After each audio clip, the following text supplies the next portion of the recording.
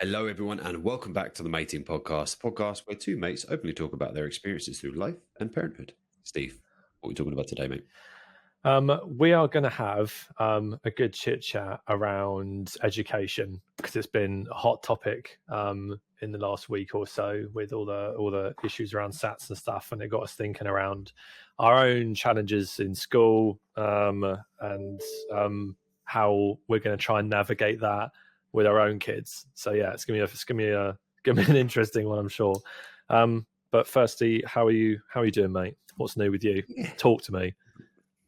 Yeah, I'm not too bad, mate. I was sick yesterday, which is always That's part good. of the Good. joys of having children. They're always coming back with fresh new diseases to bring into the household, which is always a joy. We're at gymnastics on Friday, and there's a little play session after. And there's like 1,000 kids running around in these things, and they come out, and then he started eating food, and then he was licking his hands clean after. And I was like, "Don't do that! Like, please don't do that." But as soon as he did it, I thought, "Yep, someone's getting sick," and it was probably me. Unfortunately, it's probably just because he was unwell on the Thursday, so yeah, he managed to obviously bring something back and then make us all unwell as well. But yeah, apart from that, mate, I've been all right. Dial that back a second. Whose gymnastics class is this? Oh, it's mine. Yeah, I've started up gymnastics. I was going to say. No, it's Zach's. Zach started doing gymnastics on Fridays. Yeah. What sort of gymnastics is it? Like very, very basic. Very, very basic. Walking on like low beams, getting them to do balancing stuff. It's just like very, very basic stuff. There's no like flips or cartwheels and stuff, but it's all like bouncing on stuff, walking on beams for balancing. I think there's different levels, but it's for like young kids. So we've started getting him into that. I think it's just an activity to do to get him out of the house on Fridays, to be fair, because he doesn't have school on Fridays. Yeah, 100%. But that will change come August. That will change. But yeah, I've been all right, mate. How are you? Good, yeah. I haven't been sick, which is nice. Yeah, so sorry about that. Missing out. Yeah. You're missing out. It's interesting you talk about the activities, though, because we've started taking him to, it's called Little Kickers, which is like a football session every Sunday. And he looks so sweet in his little football outfit. I'm calling it Project Messi because, all my failed football experience, and I'm just going to channel that into him and put that unnecessary pressure on him. He probably doesn't even like football, but it started horrendously. Like even the basics, like he doesn't mind kicking the ball. This is lesson one. He doesn't mind kicking the ball. He does need to toughen up slightly in terms of, for example, they have to run around in a circle, like kicking the ball around. And as soon as and there's like 3 of them do it at a time. And as soon as he sees someone else, almost as like a competitor, like someone else is doing it better than him, he just sits on the floor and cries, which he 100% gets from me. I'm like that now with even with anything. So then he just refused to do it. So I kind of had to carry him round whilst kicking the ball myself to try and show him. And then they're supposed to score a goal into an empty net at the end of it. You didn't have to carry him around, did you? You just wanted to show all the other parents that you could play football. I was rolling back the years, and then just scored an absolute screamer and into an empty net past a 2-year-old. Going knee-high challenges, wiping people out, running to the corner flag, celebrating, rip my shirt off. Yes, to be fair, you can see there's most of the other dads there are like itching to get involved. Like they're just like, who's ready for some football? And all the dads are like stretching their hamstrings. Yeah, but he's we're third class now. Back to him. And the progress is remarkable. Like he's a lot better now. He just gets tired. I think the class is only at 40 minutes, but after 20 minutes, he's blowing. Like he's like sub me off. From you, doesn't he? He does. Don't have the engine anymore. So yeah, we do that. We did that, which has been good. And I'm away this week with work, so it's another week without seeing family, which. It has pros and cons. Like I'm sure Charlotte hates it deep down. but it sucks not seeing Oscar. So I don't know how you do it, to be fair, and I don't know how other parents do it. I was away. I went to the US for 4 days to see a mutual friend of ours, and I found it so tough, like to the point that, like, for the first time in my life, I was like, I actually feel like a little bit broken. Like, I just feel like there's like it was one of the few things that has made me definitely feel like I'm just missing like a limb or something. Like there's no real way to describe it. It's just you're there, you're so far away. If they need you, and there's a video I might be able to share in this clip, share in the podcast. There's a video of similar to the ones that you sent me, but of Zach picking up a picture of me and bursting into tears, pointing at it and said, "It's Daddy, I miss him so much." And Sam sent it to me. I was like, what the hell? I can't ever go away again. So I don't know how you do it, buddy. I know you do it for work, and I know you do it to obviously provide for your family and stuff like that. So I think that's probably the incentive. But going away for sort of pleasure, I just felt nothing but guilt being away from my kids for 4 days. And I think that's maybe a key. I mean, first of all, I'm going to call it out, Sam. You should be ashamed of yourself for sending a video of that nature, because what good is going to come of that? Nothing. So I'm calling her out for that 100%. But too, I do think there probably is a stark difference in the sense that I go away and I'm so distracted by work. I know it's for a purpose. I've never been away for more than 3 days, more than 2 days really, for pleasure, for holidays or anything like that. And I've actively not done that. So I've had opportunities with my friends to go, oh, let's go away to like a festival or something for 5 days, or go away somewhere for a week, and I just have chosen not to, for which I've been chastised for. People are, you're not fun anymore. And it's like, I don't think it's about that. I just think I would rather spend my time and money on my family. But that's fundamentally what it comes down to. Exactly. It's different priorities in life, right? Different priorities. And if you typically look at the people that say that, they're probably in a different place in life to where you are at. And I'm the same. There's loads of things I would love to do. Obviously, I get a lot of requests to go and see my mate in the States quite a bit, to different festivals. And I took the plunge because obviously sometimes you have to make the effort if you've got a good friendship when they're abroad and stuff like that. But I think that it is super tough. It is super tough. But how long have you done? You've only done it once, haven't you? It's not like you're away. It's like the first time you've been away for that period of time. It's the first time. Yeah, I used to go every year.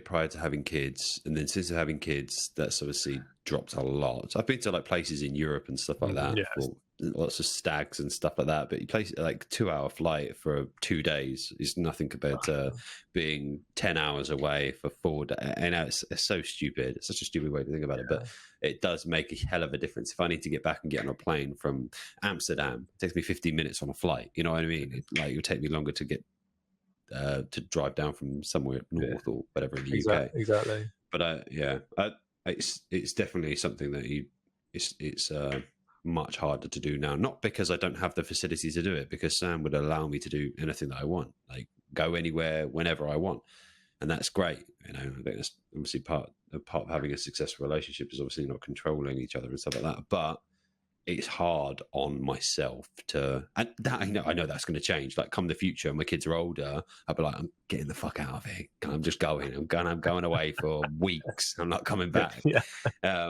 But right now, when they're so young and they're vulnerable and they're so emotionally attached and dependent on you, it's like, I can't leave ever again. Yeah. And I know we've got to move on to our main subject, so I don't want to dwell on this too long. But that exact thing happened, when you say you can't be there.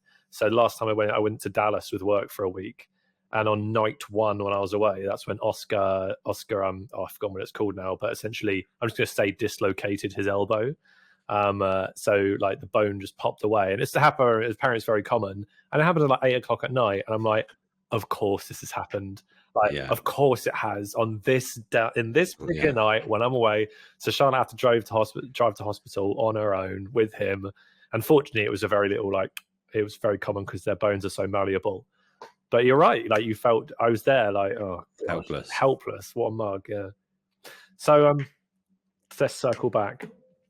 Education. The education piece, and as I said, it's an interesting one because there's been a ton of blowout this week. I'm not sure if you've been aware, but out of the SATs piece where they're talking about I think 10-year-olds roughly, because it's their SATs, and it's been like the hardest exams in decades.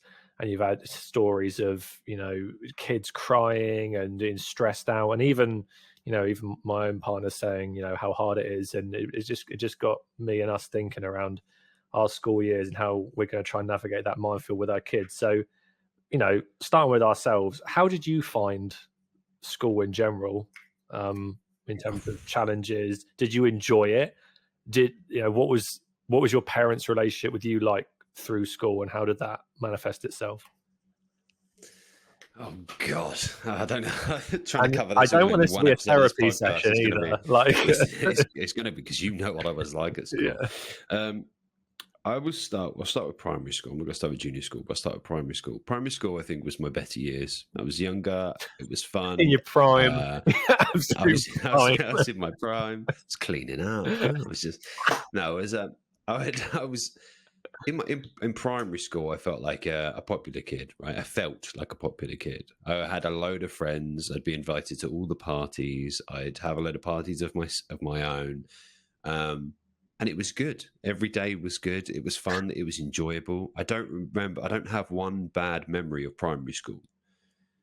Then going into secondary school, a lot of the friends that I had got either put in different forms, or because you get to, I can't remember the ins and outs, but I think you get to nominate like 2 friends or something like that from the school that you're going to be associated with. And I picked 2. And they got put in my form, but I had a load of other friends outside of that who all got put in different forms, and I went from feeling like a bit of a confident, popular-ish sort of kid, top shagger extraordinaire, yeah. Wow, Christ. I went from having that to then feeling like being like what's the term? It's like being a small fish in a big pond sort of thing. I went from being a big fish in a small pond to being a small fish in a big pond sort of thing. And I basically, all of my confidence, I probably fucked that up. Absolute wordsmith. I went from, and I lost a load of confidence.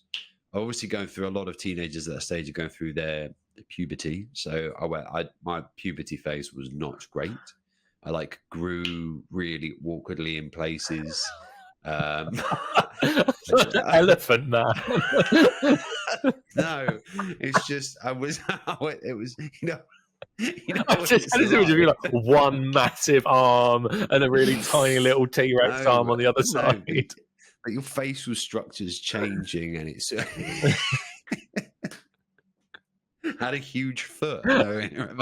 Club foot. Oh, here comes old Stumpy, the Stumpy T-Rex arm. He used to call me Stumpy Jackson.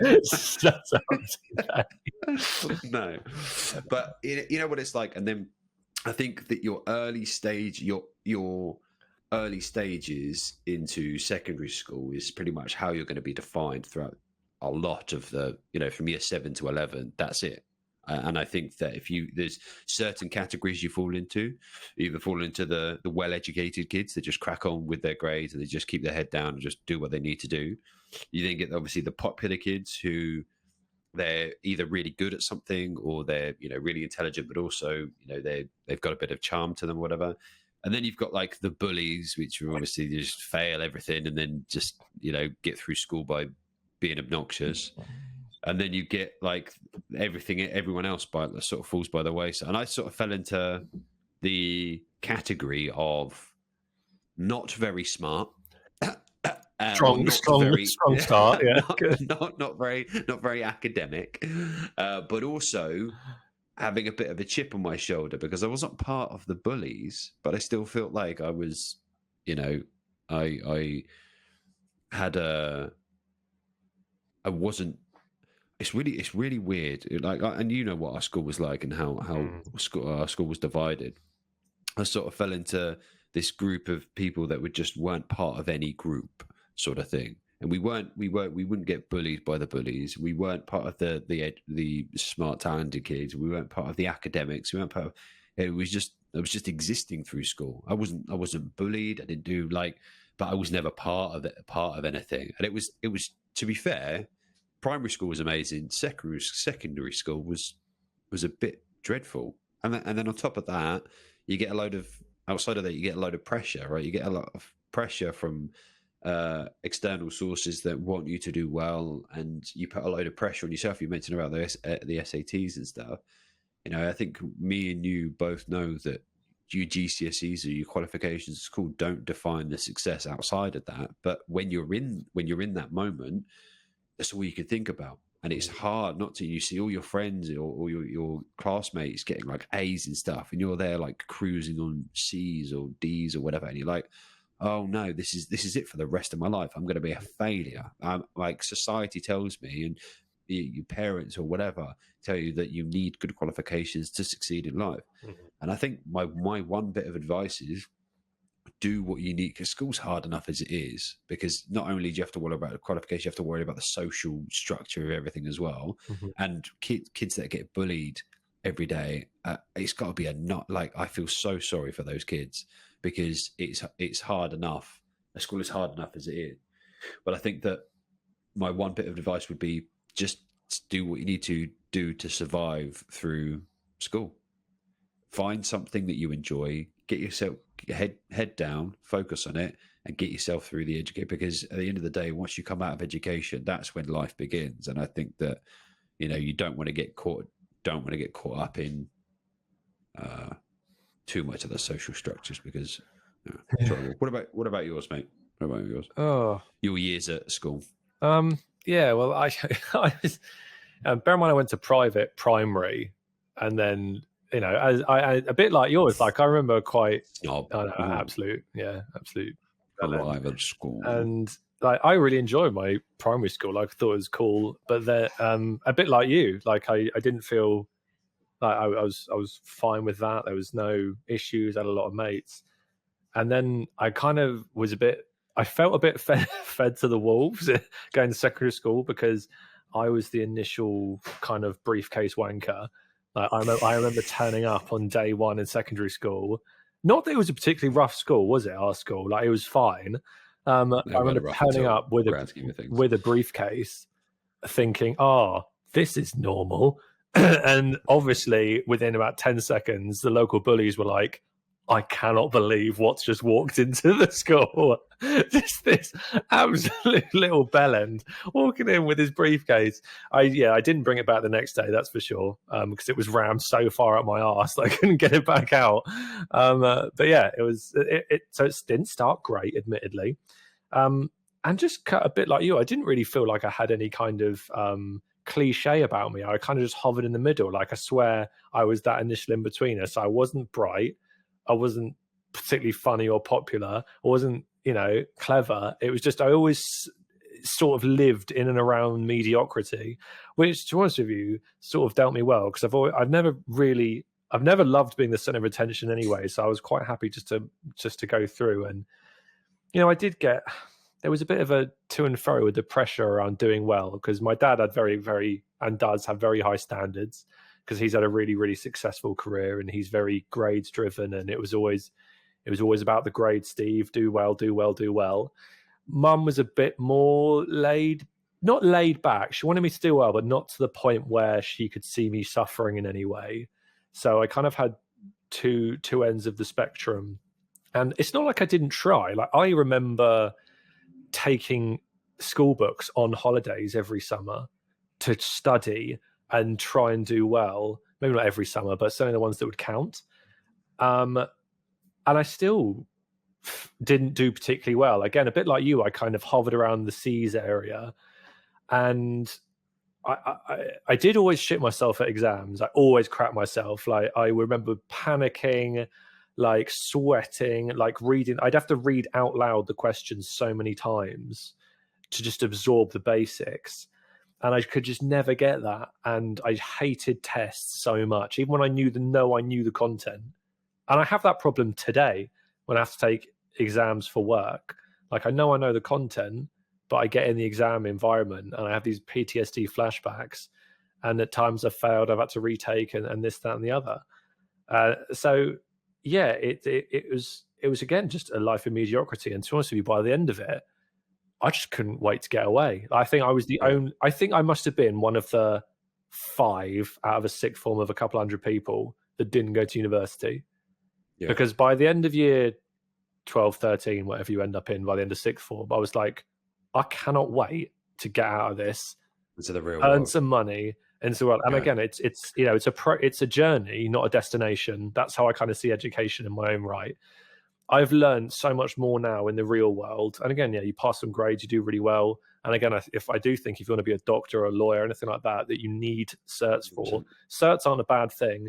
But for me personally, I just wanted to get out there and earn some money. And my family will tell you that transformation, that transformed me as a person in terms of my confidence, in terms of my business acumen, in terms of all of the above. And what genuinely I don't like, because we speak to interns a lot at work. So these interns are going through college, university, they come and work with us for a few weeks. And I like to speak to them as much as I can. And especially in America, but it is in the UK as well. They're like, well, I have to figure out what I want to be by the time I leave university. And I'm like, you absolutely, that's a joke. Anyone who's told you that is a joke, because you could ask me now, like, what do you want to be? And I'm like, I don't know what I'm going to be doing in 2 years' time, and I'm 32. So as an 18-year-old, you're just a baby. And obviously people would say that to me, but you just are. You're so naive how the real world works. You're almost kept in a bubble all the way through to the end of university. You're kept in a bubble, an isolation from how the world really works in terms of progression, in terms of dealing with like businesses, and dealing with promotions, and dealing with management, and dealing with I guess customers, and dealing with absolutely all these different aspects. Your sole focus, and as you said, I think I didn't go to university either. I was similar to you, but everyone I know that went to university typically was always a couple of years behind where I was after that. And that was because I had a better understanding of how businesses operated. I had a better understanding of, I might not be in a career I wanted to be in, but now I look at it, a lot of those people aren't in careers that they studied. They studied stuff that was maybe like either zero or to a little bit of relevance to what their actual job is now. And there's also the flip side to it, right? You leave. I hear that university for some people is whether it's this kind of justification of the cost of it. But university is some of the best years they've ever experienced in their life, right? It was a lot of partying, a lot of fun, a lot of and that's cool. Like that, I think that's an experience I'll never have, and that's look back at it and go, oh, that's a shame, because it sounds like university is like a really fun place to be. However, the university is not there for that. University is there for qualifications, studying, coming out of it with a better job, coming out with a degree. That's the purpose of it. And if I was to say, would that have been useful to my life? Then no, but I would have missed out on the partying and fun bit and have been like, oh, that's a shame, but make up for it in other ways. But I think that you are completely sort of isolated all the way through higher education, all the way through. And that's something, the reason why I think this is a good episode for the podcast, because looking back on it and looking, obviously, our kids and them going into education, there's a lot of things that you wish you were taught at school that you're not taught. And maybe that has changed in this day and age. And obviously Charlotte's a teacher, so maybe she can enlighten us on this. But a lot of life lessons, a lot of actual. I don't care necessarily about Pythagoras' theorem, but I'd want to know sort of how businesses operate, how stocks work, how the financial markets work. All of this stuff, I think, would be much more impactful than really complex physics, or physics is cool, but biology or maths, or all these stuffs that you remember the terms and buzz phrases of. You're never ever going to import that into a real life situation unless you're going into to be a mathematician, unless you're going in to be a doctor, unless you're going in to be, I don't know, something else, a specialist within that area. But if you take the generalization of a school, how many people are going down those routes, and how many people are going to, just plod through, whether they're going to go into a sales role, going into something else. And I think that there is so many more life lessons that you could take from school that should be imported. But then maybe that's down to us as parents to teach those into our kids, and the teachers should just stay focused on teaching. Yeah, maybe. And again, like, so, we're not professionals in that area. I guess I just feel that the core subjects and all that stuff, especially in primary and the early years in secondary school, are built for jobs that have existed for the last 100 odd years, but they don't take into account jobs that have existed for the last 20, 30 years, especially Yeah. in the industries we're in, which have absorbed a ton of, university grads, and just the big tech is one of the biggest recruiters. So, and the jobs, we don't even know what the jobs are going to be in the next 20 years.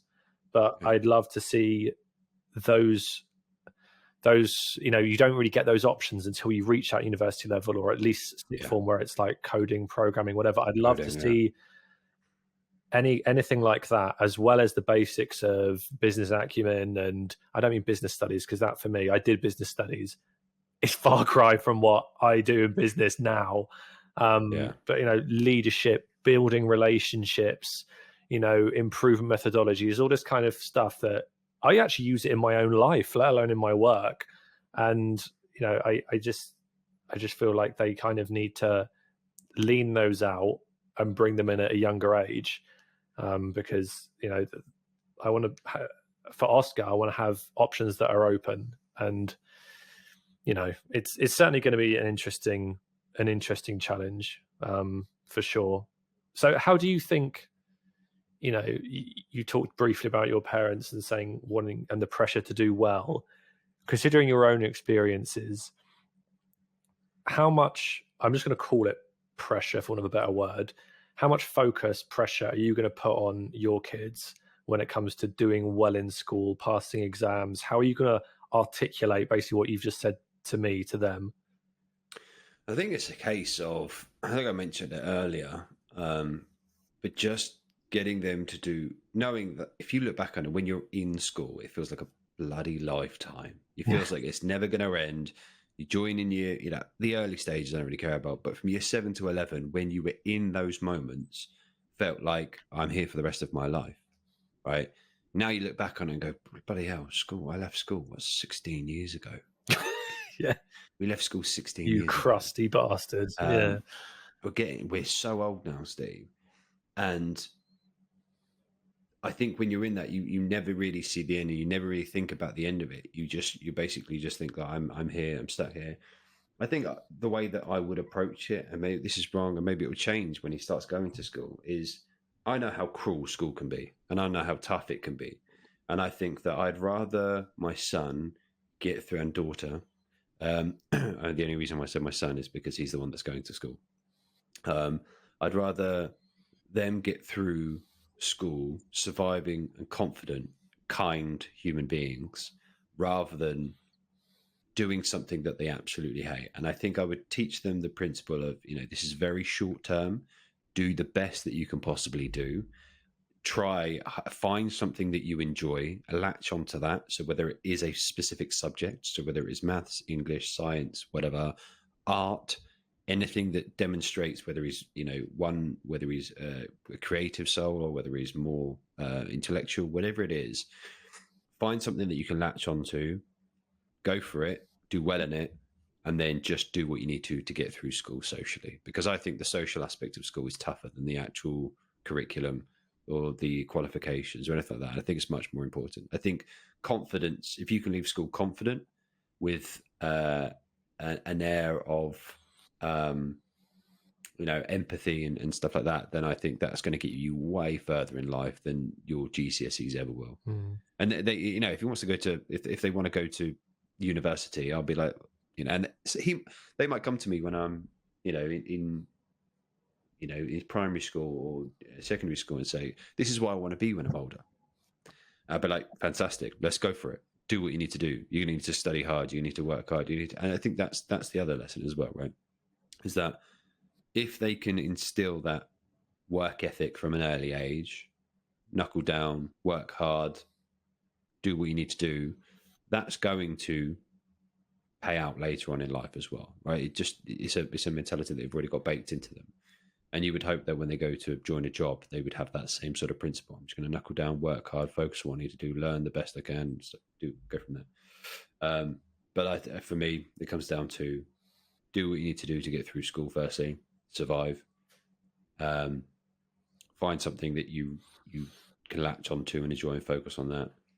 And yeah, that's about it. What about you? No, that's fair. And I think you touched on some key points. And,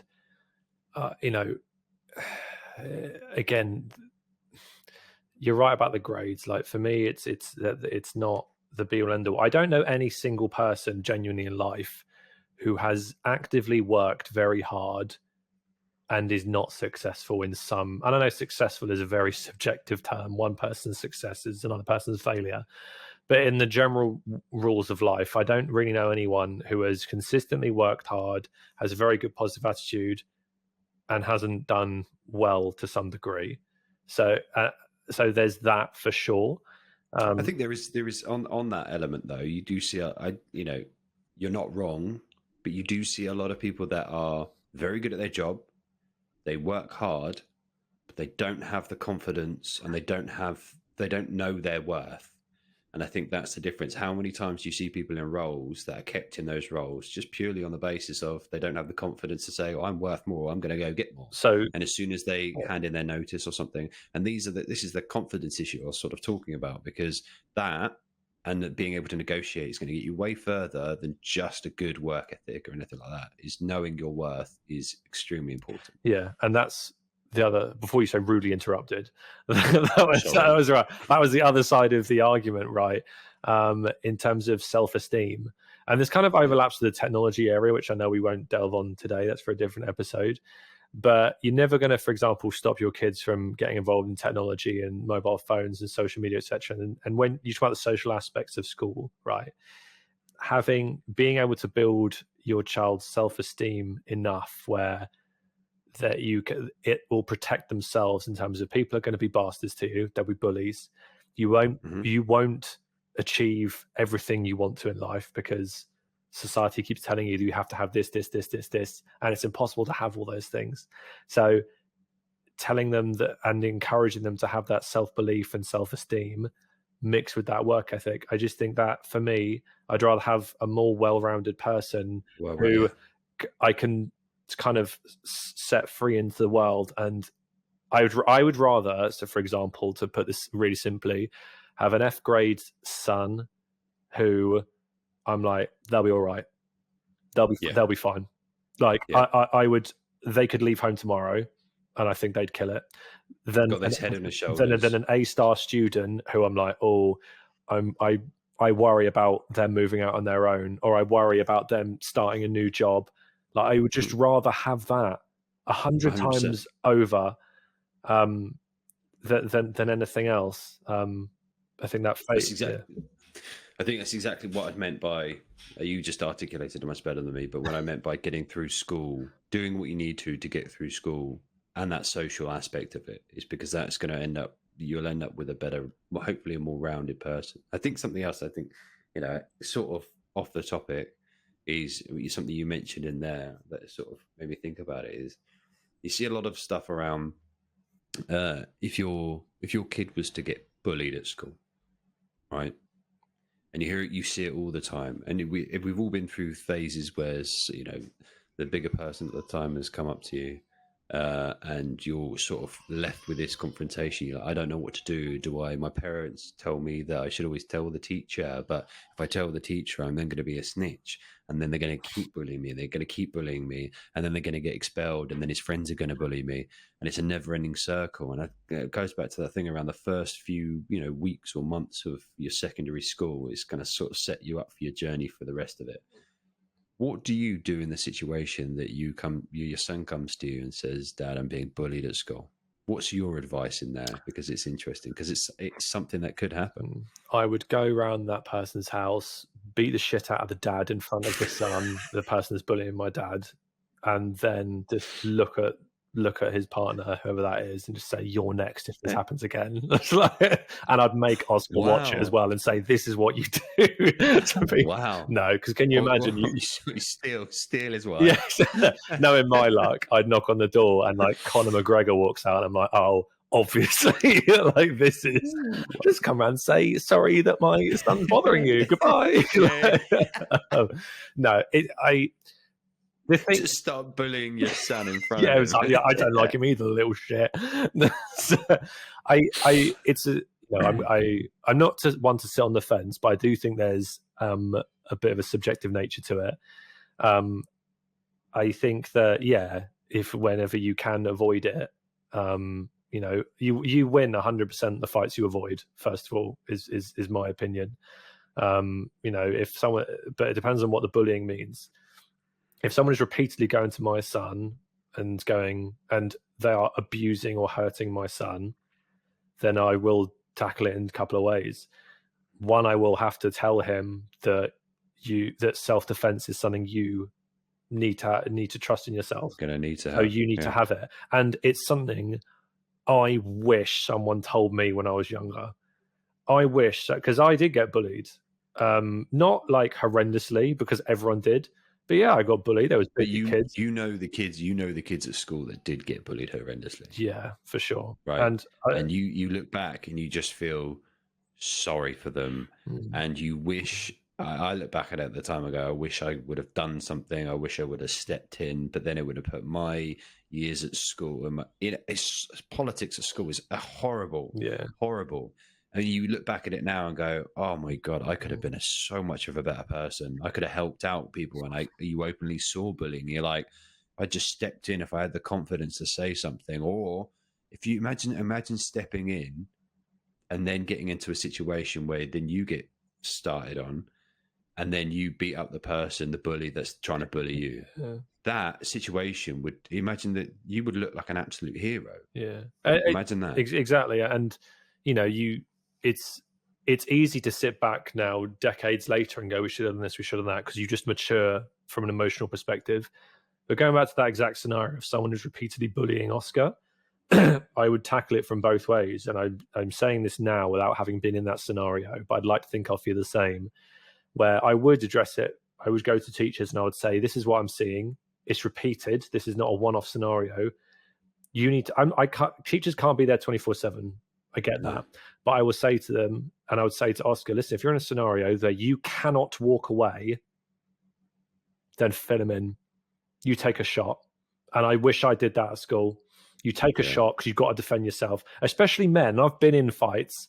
Once you have a scrap, it's generally over and done with. Like, there's not a lot of systemic kind of repetition after that.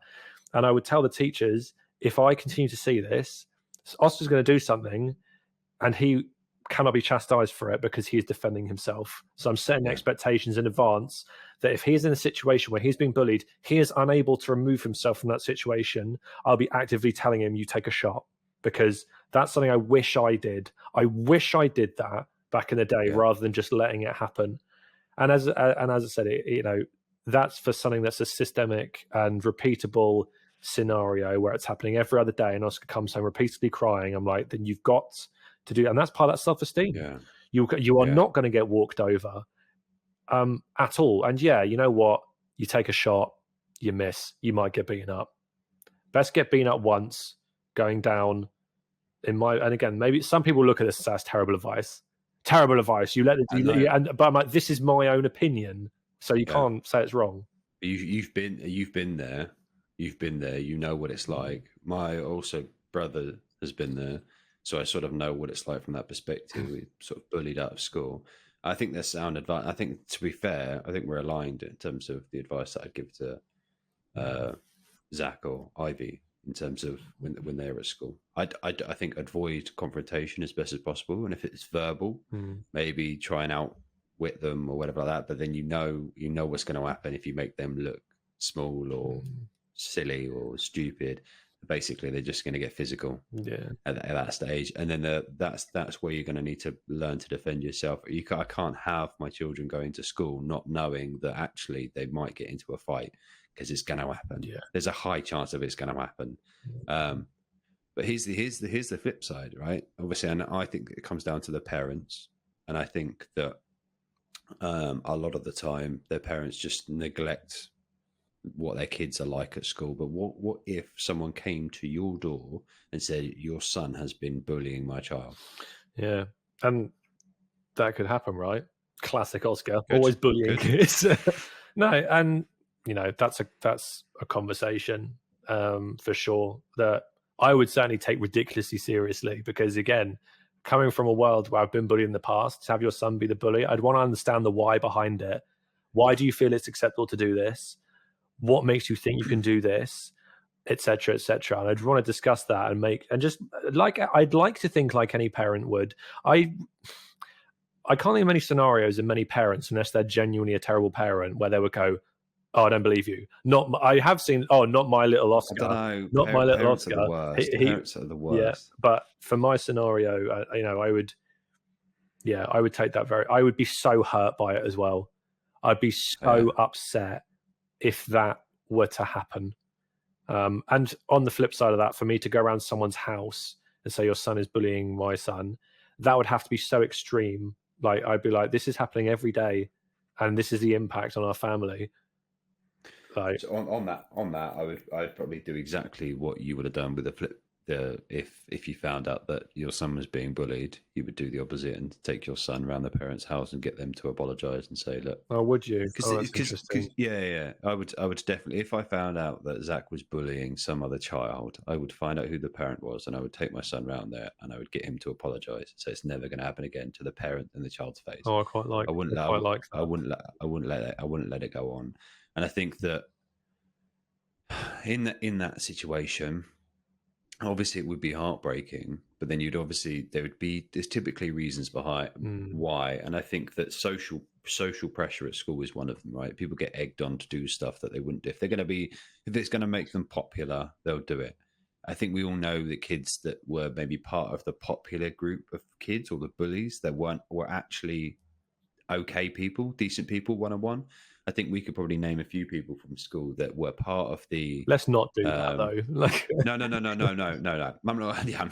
to name anyone, but just through most social, you'll get people that are part of popular groups of people, but actually one-on-one, they're nice as pie to you, and you get on really well with them, and they're actually not bad people at all, but they're in with a bad crowd. And I think that that's a lot of the time where kids would probably get forced to do stuff, maybe bully other kids because they are, or maybe they've got anger issues and maybe they need to talk it out, or maybe there's typically reasons behind it.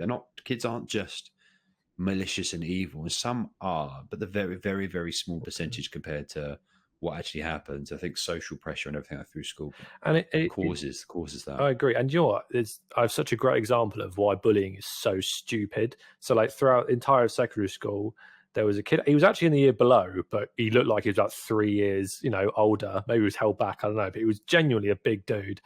And he just, I don't know, maybe the people I was associated with, we never got on, we had a couple of scraps. And he would always, he would always win because he was just bigger than me, which is embarrassing, right? Year below, like, that's not cool. And I don't know if he maybe went through puberty like me and just got big. Gigantor. Sorry, Elephant Boy was there. Was it you? You were in the year below me. Yes, it was.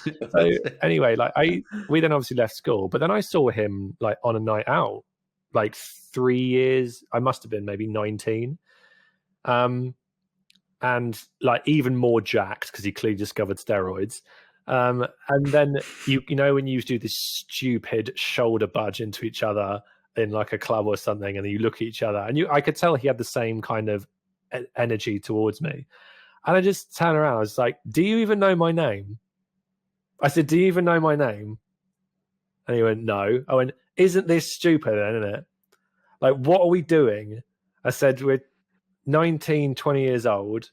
We're in a club, and we're going to have a scrap because we didn't get on at school." I said, "Do you understand how stupid that is?" And then after a period of reflection, he seems to totally get it. But I just don't think you can be that confident and emotionally articulate when you're in the scenario and when you're younger, because you just have, as you said, these social pressures to look, especially if you're a bloke, look hard, look big.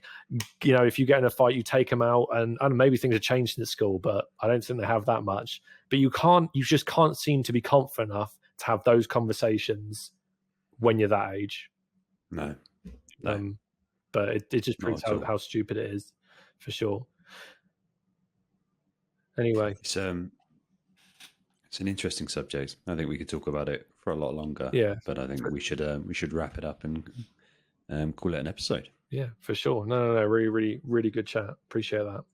Any final comments from yourself, Steve? No, I don't think so. Again, I will reiterate to our massive audience that we don't give advice here.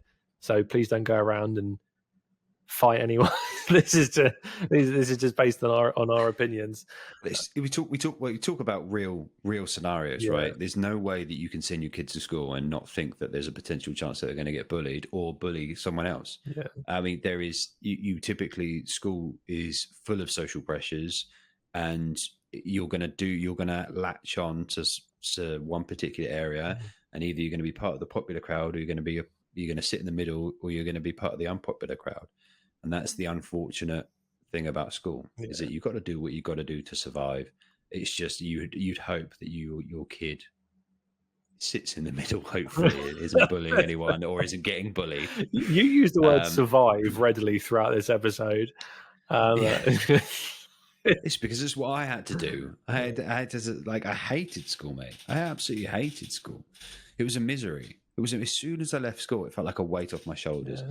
And I think that's the one thing that I'll reiterate is school can be a fucking nightmare, an absolute nightmare for kids. It was horrible for me, but it could be way, way, way worse. And I think that getting through school and realizing that actually there's a better world out there if you're not having a good time. Some people will say school was the best years of their life. Great, I'm glad for you. But I think once I left school, I felt like there was a huge relief, and I was like, freedom. I can go and do whatever I want. I can go make money here. I can test this. I can, you know what I mean?